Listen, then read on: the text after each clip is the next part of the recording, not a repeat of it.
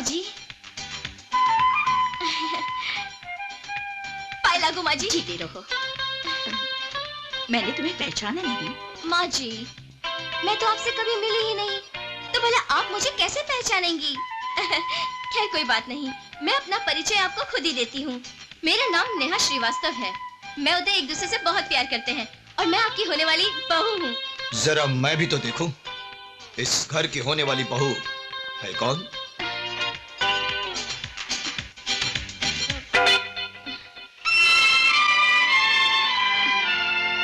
समझ गई, आप उदय के भैया और आप भाभी है ना? पाए लागू, उदय आप दोनों की बहुत तारीफ करता है।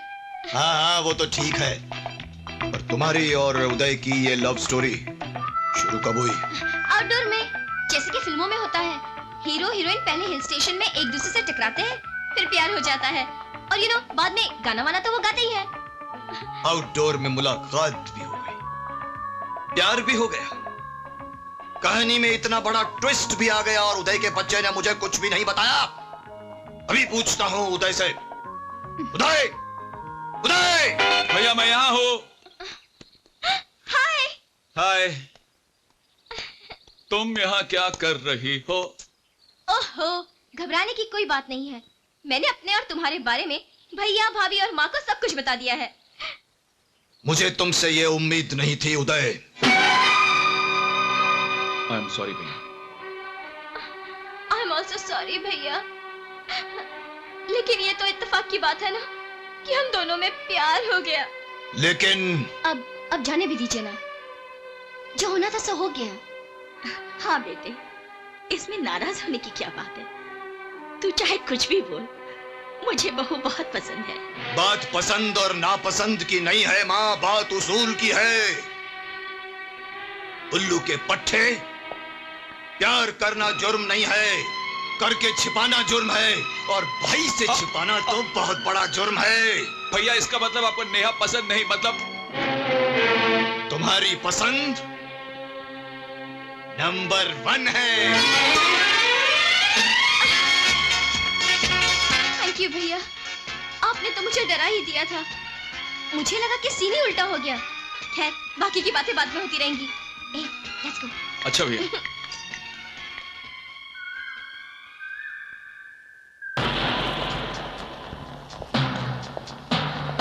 नमस्ते अन्या भाऊ। नमस्ते। आपने तो मुझे बलराज राणा से मिलवाया नहीं, लेकिन आज मैं एक ऐसी खबर लाया हूँ जिसे सुनकर तुम कहोगे कि मैं बलराज राणा कंपनी का वफादार हूँ। अगर ऐसा बात है तो अपन तेरे को बलराज भाई से मिलाएगा। वो तो ठीक है, मगर मैं जो खबर लाया हूँ उसकी कोई कीमत भी तो होनी चाहिए। अगर खबर काम का हुआ और सच्चा हुआ तो तेरे को जितना पैसा मांगता है ना उतना मिलेगा। अकरम पठान का रोल शंकर कलाल के कहने पर उसके भाई नंदू कलाल ने फिनिश कर दिया। नंदू कलाल। हेलो, मैं अन्या कोहली बोलता है। तेरा भाई नंदू अभी अपन के पास है, उसको शमशान पहुंचाने का इंतजाम कर ले। अन्या, देखो अन्या, तेरी और बलराज राणा की दुश्मनी मेरे साथ है, तूने मेरे भाई को क्यों उठाया? चाइला अकरम पठान का खून भूल गया तो? देख अन्या, अगर मेरे भाई को कुछ हो गया तो मैं तुझे और बलराज राणा को जिंदा नहीं छोड़ूंगा। हे फड़विया, फोन पर गला फाड़ कर अपना बीपी मत बढ़ा। अपने भाई को लास्ट टाइम जिंदा देखना चाहता है ना, तो बलराज राणा के फार्म हाउस पर आजा, समझा के नहीं? अन्या, क्या बात है भाई? बलराज राणा ने नंदू को किडनैप कर लिया, चलो जल्दी।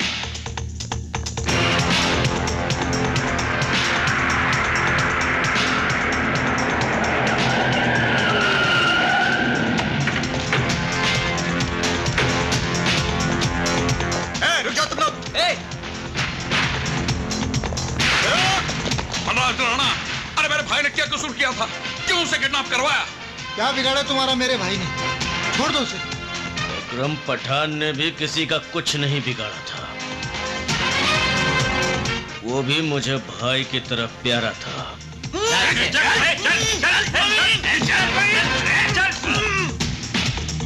शंकर कलाल, समझ में आ गया कि मैंने तुम्हें क्यों यहाँ बुलाया है? तुम गलत कर रहे हो बलराज राणा। अकरम पठान को मेरे भाई ने नहीं मारा। हाँ, नहीं मारा।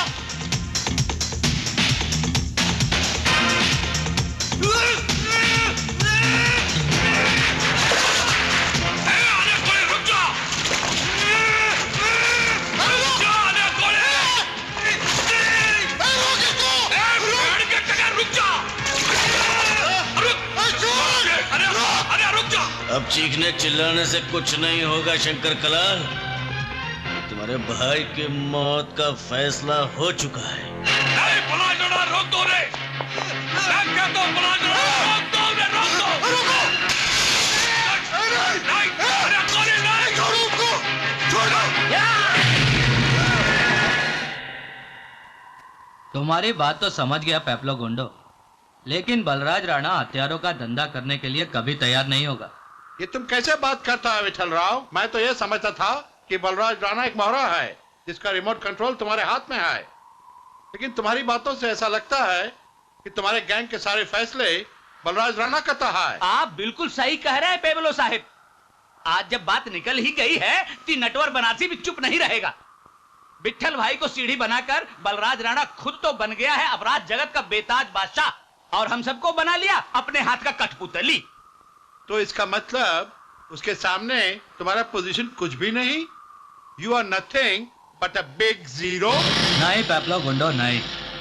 टाइम और सिचुएशन के हिसाब से कभी कभी गधे को भी अपना बाप बनाकर उसका पैर छूना पड़ता है। सीबीआई वालों ने मेरे खिलाफ इंक्वायरी शुरू कर दी थी। मैं किसी भी वक्त लफड़े में आ सकता था, इसीलिए मैंने बलराज राणा को अपनी कुर्सी पर बिठाया। ओह, आई सी। रही पोजीशन की बात, तो गुरु और चेले के रिश्ते से मैं बलराज राणा का बाप लगता हूं, और बेटा चाहे कितनी भी बड़ी कुर्सी पर बैठ जाए, वो बाप से बड़ा नहीं हो सकता।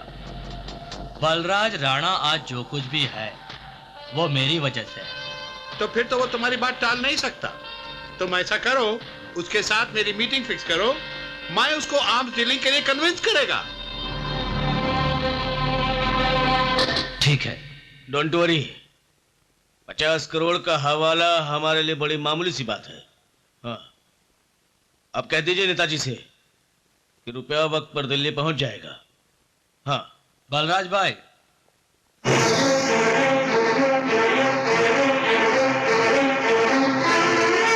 बलराज भाई, यह है मिस्टर पेब्लो गुंडो।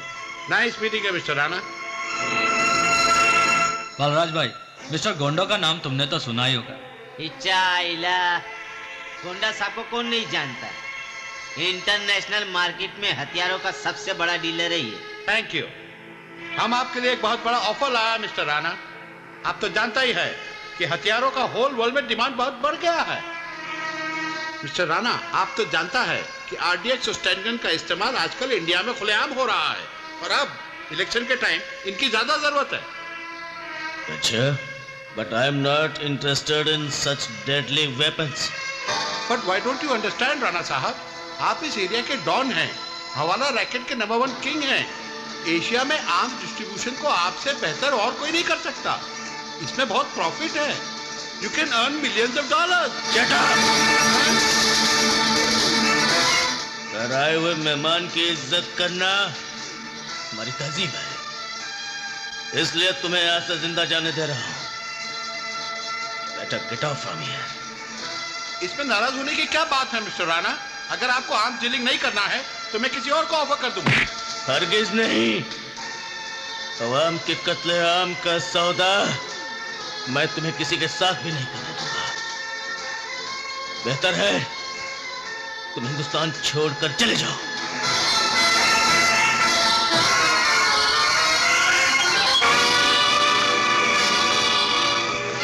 बलराज भाई, इस कंपनी में अपनी कोई औकात है कि नहीं? तुमने बोला हफ्ता वसूली बंद करने को, अपन ने वसूली बंद कर दी। तुमने बोला ड्रग्स का धंधा बंद करने को, अपन ने धंधा बंद कर दिया। पर ये सब कब तक चलेगा?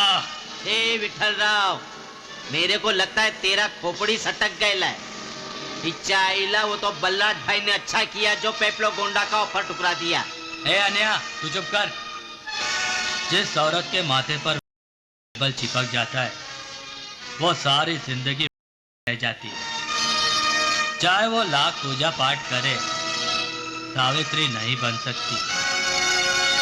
हम गुंडे लोगों की जिंदगी माफिक है।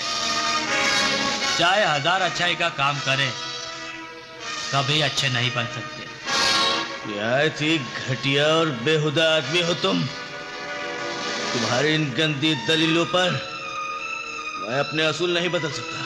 मैं पूछता हूँ कि हथियारों का धंधा करने में या ड्रग्स बेचने में बुराई क्या है? हवाले का धंधा भी तो गैर कानूनी है। हवाले के धंधे में हम किसी का कत्ल नहीं करते। तो फिर ये कुर्सी छोड़ो और संन्यास ले लो।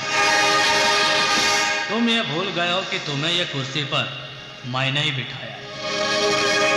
उंगली पकड़कर क्राइम वर्ल्ड का ABCD तुम्हें इसलिए नहीं सिखाया कि तुम मेरे ही बाप बनकर मेरे को ऑर्डर करेगा। तुम्हारी औकात क्या है? अगर मैं तुम्हारी पीठ पर हाथ नहीं लगाता तो आज तुम जेल की काल कोठरी में सड़ता रहता।